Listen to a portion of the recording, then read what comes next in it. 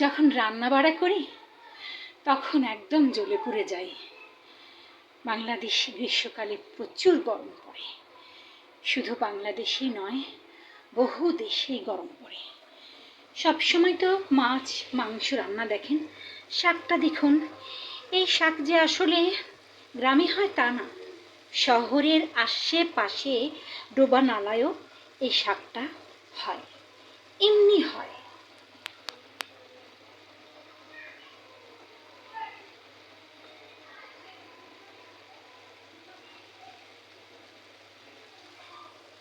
লাল শাকে অনেক ক্যালোরি, অনেক ভিটামিন, ওটা আমি খুব কম খাই।